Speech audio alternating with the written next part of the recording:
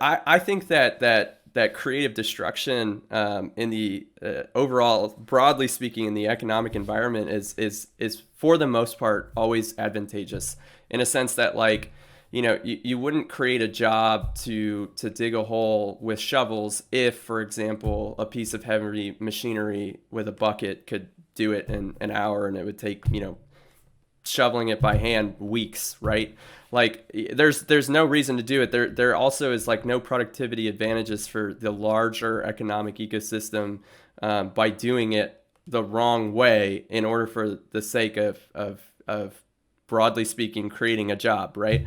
And so, like, I'm very bullish on the sense that, like, I think, this technology diffusion and its overall, like, creative disruption in the marketplace is for the most part usually beneficial to the masses. Now, the problem, though, is that I think there's this change over time that we don't take into consideration.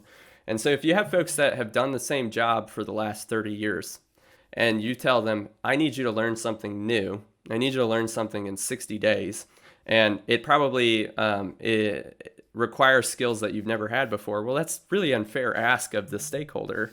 And then additionally, like, I think it's kind of a wasted resource, in a sense that that person has tremendous amount of knowledge capital, right?